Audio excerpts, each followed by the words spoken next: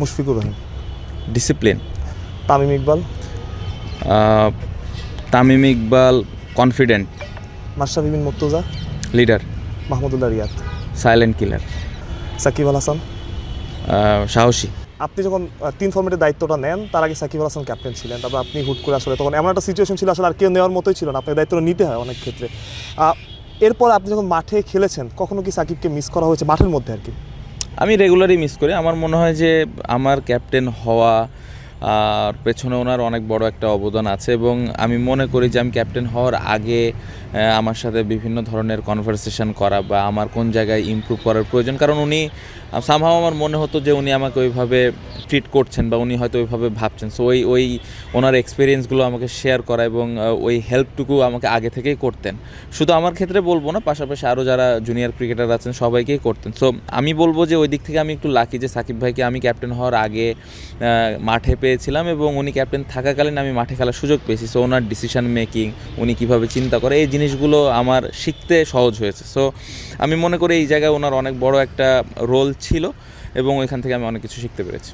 আপনি মাঠে ক্যাপ্টেন্সি করেছেন বা এখনও যখন টেস্টে ক্যাপ্টেন্সি করেন, কোন জায়গাটা একটু মনে হয় যে এই জায়গাটা স্পেসিফিক্যালি সাকিব থাকলে ভালো হতো? শুধু মাঠের কথাই আমি বলতেছি।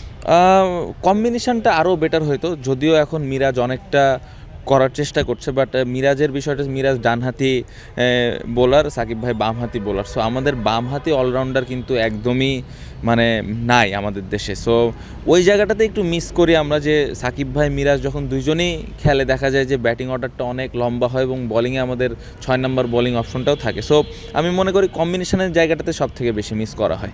সবচেয়ে স্পেশাল জায়গা কোনটা সাকিব আল হাসান? যেহেতু আপনিও ক্যাপ্টেন্সি করেছেন, আপনিও ক্যাপ্টেন ছিলেন, সাকিবও ক্যাপ্টেন ছিল, সাকিবের কোন জিনিসটা মানে আপনার কাছে সবচেয়ে স্পেশাল মনে হয়? দুইটা জিনিস বলবো। আমি মনে করি যে টাফ টাইমে দলের হয়ে ভালো করা, এই জিনিসটা আমি মনে করি খুবই আউটস্ট্যান্ডিং, এবং যখন ক্যাপ্টেন থাকি বা ক্যাপ্টেন না থেকে এটা টিমকে হেল্প করা আমি দেখেছি।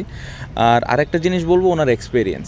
আসলে থাকে না যে যেই ক্যাপ্টেন হোক, ওই একটা ছোট ইনফরমেশান ক্রাঞ্চ মোমেন্টে এই ইনফরমেশানগুলো খুব ভালোভাবে উনি দিতেন এবং এটা আমি মনে করি যে টিমের ডিফারেন্স তৈরি করে দিত। বিশ্বকাপের টাইম আউটে যে ঘটনাটা ঘটেছিল এবং আমরা সবাই স্ক্রিনে আসলে দেখেছি, আপনি সাকিব আল হাসানের কাছে গেলেন, বললেন, সাকিব পরে আম্পায়ারের কাছে গেল, কিন্তু প্রেস কনফারেন্স যখন সাকিবকে জিজ্ঞেস করা হয়েছিল ওই হিট অফ দ্য মোমেন্টে সাকিব আপনার নামটা বলেনি, পরে আমরা জানতে পেরেছিলাম। এরপরে কি সাকিব আল হাসানের সাথে ওই টাইম আউট ইনসিডেন্টটা নিয়ে কথা হয়েছে কিনা? না, এগুলো নিয়ে কথা হয়নি। ওইটা ওই সময় যেটা হওয়ার হয়ে গেছে, এবং আমি মনে করি সাকিব ভাই এটার অ্যান্সারও করেছে, এবং যেই জিনিসটা হয়েছে এটা টিমের প্রয়োজন ছিল, এবং আমি মনে করি যে আমরা নিয়মের বাইরে যাইনি। মনে হয় কি যে আরেকবার যদি এরকম হয় আপনি আবার আউট করবেন?